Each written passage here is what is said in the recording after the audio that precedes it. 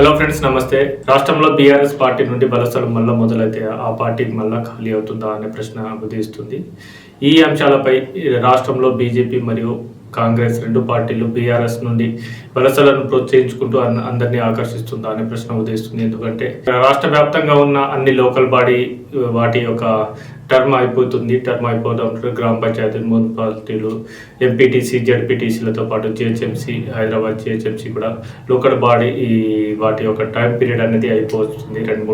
మూడు రోజుల్లో మున్సిపాలిటీ, రాష్ట్ర వ్యాప్తంగా ఉన్న మున్సిపాలిటీల టైం అయిపోతుంది. ఈ సందర్భంగా కరీంనగర్ మేయర్ అయినటువంటి సునీల్ రావు, ఆయనతో పాటు 10 మంది కార్పొరేటర్లు బీఆర్ఎస్ పార్టీని వీడి బీజేపీలో చేరారు. బండి సంజయ్ నాయకత్వంలో కరీంనగర్ అభివృద్ధి సాధ్యమవుతుందని, నిధులు సమకూర్చడంలో సంజయ్ సహకరిస్తున్నాడని, కేవలం కరీంనగర్ అభివృద్ధి కోసం తాను బీఆర్ఎస్ పార్టీని వీడుతున్నట్టు తనకు సరైన గుర్తింపు లభించలేదని ఆరోపిస్తూ అతను బీఆర్ఎస్ని వీడి బీజేపీలోకి చేరారు.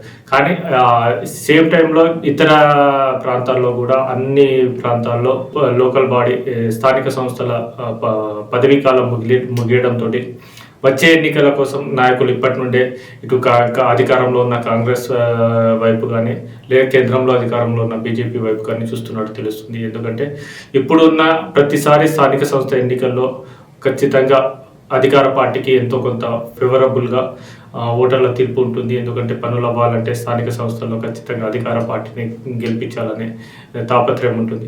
బీఆర్ఎస్ నుండి చాలా మంది ఎమ్మెల్యేలను లాక్కొని, చాలా మంది ఎమ్మెల్యేలను తమ వైపు తిప్పుకొని బీఆర్ఎస్ పార్టీ మొత్తాన్ని తమలో విలీనం చేసుకోవాలని ఆశపడ్డ కాంగ్రెస్ కు భంగపాటు ఏర్పడ్డది. ఎందుకంటే 26 మంది ఎమ్మెల్యేలు వస్తారని ఆశించిన కాంగ్రెస్ పార్టీ ఆ స్థాయిలో ఎమ్మెల్యేలు రాకపోవడంతో ఒక విధంగా దానికి బ్రేక్ పడ్డట్టు తెలిసింది.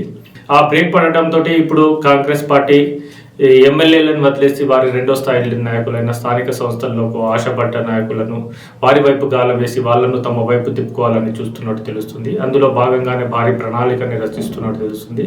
ఎందుకంటే రాష్ట్ర వ్యాప్తంగా త్వరలోనే లోకల్ బాడీ ఎలక్షన్స్, స్థానిక సంస్థల ఎన్నికలు జరగనున్నాయి. ఈ ఎన్నికలు జరిగే ముందే బీఆర్ఎస్ పార్టీ నుండి వీలైనన్ని మందిని తమ వైపు కాంగ్రెస్ పార్టీ ఆకర్షించడానికి ప్రయత్నించవచ్చు.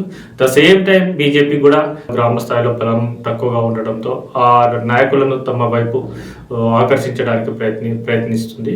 ఈ ప్రయత్నంలో భాగంగా ఇప్పుడు బీఆర్ఎస్ నాయకుడు, మాజీ మంత్రి కేటీఆర్ మీద ఫార్ములా ఈ కేసు ఉండడము, ద సేమ్ టైం ఇంతవరకు బీజేపీ బీఆర్ఎస్ మీద ఎలాంటి అటాక్ చేయకుండా ఫార్ములా ఈ కేసు రిజిస్ట్రేషన్ చేసి విచారణ జరగడంతో కేంద్ర సంస్థ అయిన ఈడీ కూడా దీని మీద కేసు రిజిస్టర్ చేసింది.